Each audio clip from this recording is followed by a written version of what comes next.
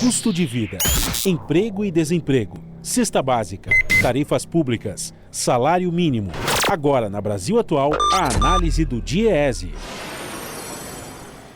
E nós vamos fazer contato agora com o diretor técnico do DIEESE, Fausto Augusto Júnior. Bom dia, Fausto. Bom dia, Glauco. Bom dia a todos. Fausto, nas últimas semanas, 8 das principais montadoras do país anunciaram a paralisação das suas atividades no momento crítico da pandemia. A gente sabe que a questão da saúde pesou, mas também existem outros fatores por trás dessa decisão, no caso dessas 8 montadoras, Fausto. Bem, Glauco, acho que nesse atual momento a principal questão, independente de todas elas, é a questão da pandemia. A pandemia hoje está colocada como um enorme problema de saúde pública. Os sindicatos vêm pressionando e as montadoras vêm aderindo à ideia de parar suas atividades por um período, como a gente viu ali no começo do ano, lá para março e abril do ano passado. Isso foi uma atuação importante naquele momento e agora, apesar de todo o drama que a gente vive em relação ao posicionamento do governo, é um caminho importante para a proteção dos próprios funcionários. Agora, é claro que a gente sabe que o que está acontecendo também no setor automotivo é que há uma reprogramação de toda a sua produção para 2021. Imaginava-se que 2021 seria diferente, que a questão da pandemia estaria superada, que o mercado voltaria a patamares maiores do que a gente assistiu em 2020, principalmente, que o mercado chegou um pouco mais de 2 milhões de automóveis, ou seja, metade do que foi o pico aí de produção do setor, e agora apresenta-se 2021 com muita dificuldade. A perda de controle da pandemia, de certo modo, vai alterar e já alterou as previsões de mercado também para esse ano, reduzindo drasticamente, muito provavelmente, o nível de vendas. Na outra ponta, a gente sabe também que há problemas de fornecimento na cadeia. Uma série de elos da cadeia estão quebrados, você está com problemas de recebimento de peças, em especial vinculados ali os eletroeletrônicos, né, as vinculadas às placas, etc., e que por algum motivo não está chegando aqui no Brasil. Eu sempre insisto que nós temos que olhar com bastante atenção as cadeias de fornecimento, porque neste momento de pandemia se alastrando pelo mundo, e o Brasil sendo o foco, o principal país aí de contaminados, coloca em questão boa parte do que nós chamamos tanto do ponto de vista de colocar produtos para fora, como de trazer produtos para dentro. Isso coloca alguns dilemas e acende um alerta para entender o que está acontecendo nesse momento em que falta de componentes estão se acelerando. Agora, não só o caso das montadoras, mas da economia em geral também clamam aí pela necessidade do auxílio emergencial, que já vem sendo discutido. Inclusive, governadores pediram que o auxílio fosse majorado, né, que voltasse a ter o valor de R$600, mas também programa de preservação de empregos, Fausto, porque isso foi adotado no ano passado, depois foi abandonado e não existe mais nada nesse sentido. Também seria importante ter algum tipo de política pública para a preservação dos empregos nesse momento da pandemia. Não há a menor dúvida, em especial em alguns setores que a gente está assistindo, né? O setor de comércio é um setor que já sofreu muito na pandemia, agora vai sofrer mais. Conjunto de algumas categorias vinculadas ao setor de hotelaria, todo o setor de aviação, setor aí de turismo, enfim, existe uma série de setores que poderiam se utilizar de novas formas e formas que já foram implementadas para tentar preservar o emprego. O governo até agora, ele tem dito que irá retornar o chamado BEM, lá, que foi o programa montado naquele momento, mas o anúncio ainda não saiu. O auxílio emergencial saiu uma base muito menor e, de fato, a gente fica olhando assim, um processo em que a pandemia está avançando no país, chegou no seu maior nível, medidas de isolamento social precisam ser tomadas e em algumas regiões já estão sendo tomadas, mas ao mesmo tempo você não vê o mesmo movimento em relação ao Estado brasileiro. Primeiro, ele é um Estado que está desarticulando a questão da pandemia, não tem uma centralização de ação, e segundo, ele é errático, né? Ou seja, o presidente agora voltou, parece que nós voltamos a começar a discutir a pandemia.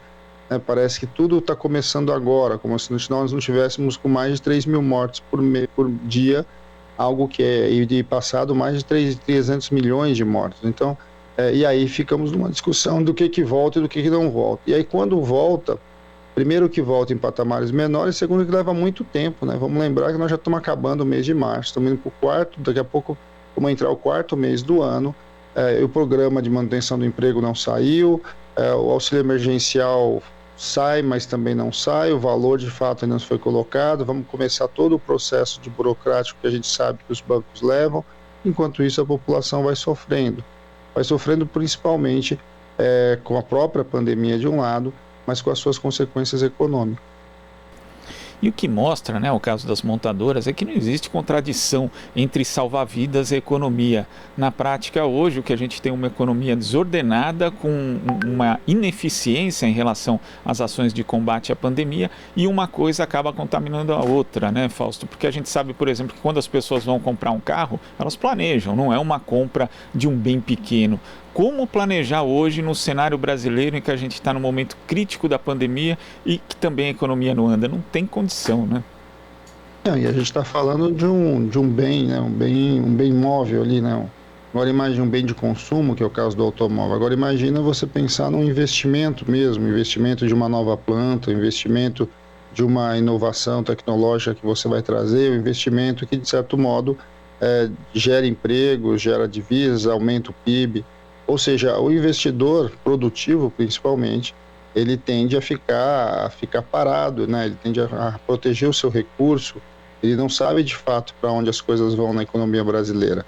E vamos lembrar que nesse caso não é só a pandemia acelerou uma série de dificuldades, mas a taxa de desemprego continua alta e já era alta antes da pandemia e deve continuar alta depois da pandemia. A gente tem uma taxa de crescimento muito baixa no Brasil, independente da pandemia ou não, e a pandemia está jogando lá para baixo. Na verdade, o que a gente tem é uma grande desorganização do Estado brasileiro, não há uma proposta clara, né, de desenvolvimento econômico, e que agora, no meio da pandemia, muito menos, né? E a pandemia mostrou em relação a esse governo Glauco algo bastante importante quando a gente pensa em crescimento econômico, que é planejamento. Não há planejamento, não há uma direção para onde o Brasil está caminhando. Não tendo esse tipo de direção, fica muito difícil você retomar investimento e você tomar decisões para onde as coisas caminham. O que a gente tem assistido é uma flutuação do câmbio muito acelerada, agora um processo de elevação dos juros, né? E junto com a elevação dos juros, você está vendo ali um embate bastante grande em relação para onde vai a taxa de inflação, e tudo isso colocado num cenário pandêmico, ou seja, a gente vive momentos econômicos bastante difíceis e que de alguma forma está impactando principalmente o conjunto dos mais pobres, mas também na outra ponta os investimentos e aqueles que de certo modo têm potencial de puxar o crescimento do país.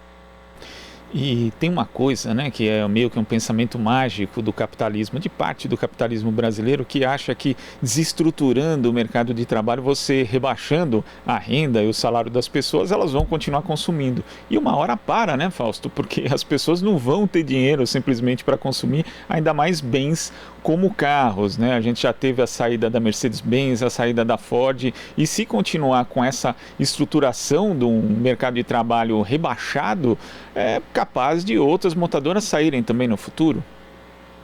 Bem, aí nós temos ainda uma visão bastante errática do governo em relação à sua posição com o mercado internacional. No caso do setor automotivo, chama bastante atenção que há um processo de liberalização do mercado, e nesse sentido a gente sabe que o Brasil, apesar de ser um mercado bastante grande, bastante importante no mundo, ele vem perdendo potência, ele tem ficado cada vez menor, e de alguma forma ele vai se acoplando às cadeias, nas suas cadeias globais. Só que com as taxas, com a atual política do governo, algumas montadoras já estão optando por trazer o veículo importado para cá, como foi o caso da Ford. Há também uma percepção do setor em que aqueles que podem comprar um carro novo tá diminuindo, né, o consumo do mercado potencial. Isso também está significando que muitas montadoras estão revendo os seus planejamentos de planta, inclusive. Algumas vão fechar parte da sua produção, outras podem fechar a sua produção inteira e passar a importar bens de maior valor agregado. A figura do carro popular aqui no Brasil, Glauco, é uma figura que está deixando de existir. Deixando de existir porque o carro está ficando cada vez mais caro de um lado, e na outra ponta porque aqueles que podem de fato comprar um carro zero é cada vez menor. Isso vai sinalizando o empobrecimento também do país e vai sinalizando que se a gente não mudar o atual modelo de desenvolvimento, nós vamos caminhar aí para um mercado do consumidor de fato, no caso do segmento automotivo, os famosos 30%, ou seja, só menos de um terço da população brasileira de fato será potencial de compra de carro novo. Bem, sendo assim, certamente muita coisa vai mudar no setor auto nos próximos anos, porque você vai saindo daquele segmento dos carros para os mais pobres, os carros menores, em que você faz uma venda longa, uma venda de grande produção, para produções menores, um mercado menor, com veículos mais caros direcionados para a parte mais rica da sociedade. E aparentemente essa é a proposta desse governo com relação a para onde nós vamos do ponto de vista do mercado consumidor. Uma massa muito grande de trabalhadores e brasileiros muito pobres e um percentual muito pequeno que enriquece cada vez mais. Tá certo, Fausto. Muito obrigado pela sua participação aqui no Jornal Brasil Atual. Um ótimo início de semana e até mais. Até a próxima. Bom dia a todos novamente. Bom dia. Conversamos aqui com o diretor técnico do Diese, Fausto Augusto Júnior. Aqui você ouve as notícias que os outros não dão. Jornal Brasil Atual.